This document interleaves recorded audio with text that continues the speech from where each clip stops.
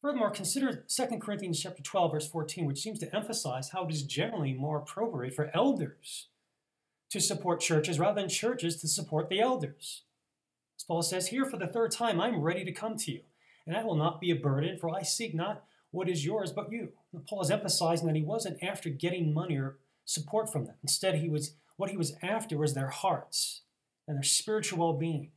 But note the reason he gives for not wanting their money or possessions.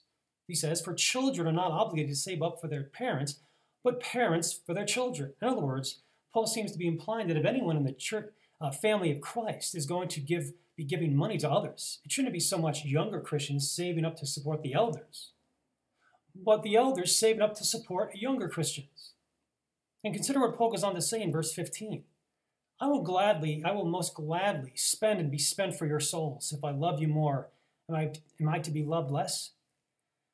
This text is my response to Bible teachers and elders who might insist that they work so hard in their studies and teaching, and surely it is appropriate for them to get payment for it. That certainly didn't seem to be the attitude of Paul. For as he says in the text, he had joy spending himself for the souls of the Corinthians. The word spend carries the idea of exhausting and using up something.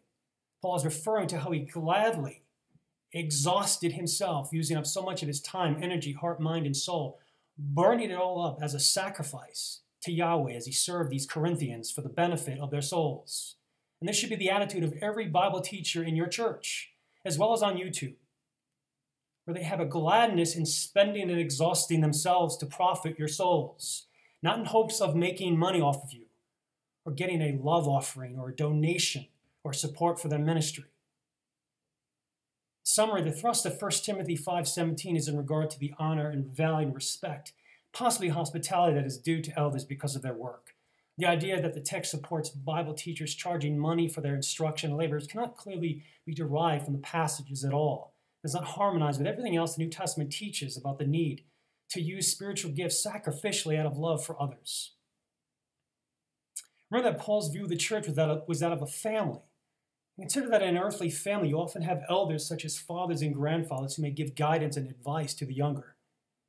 And they should do it out of love for them, not in hopes of getting money or payment for their labors. What good father or grandfather would do that? Likewise, in the family of Christ, the elders are to give guidance and instruction to the younger out of love for them, not in hope of getting paid back for their work. The only treasure Bible teachers should be seeking to get for their labors are the rewards that Yeshua will give to his faithful servants when they stand before him.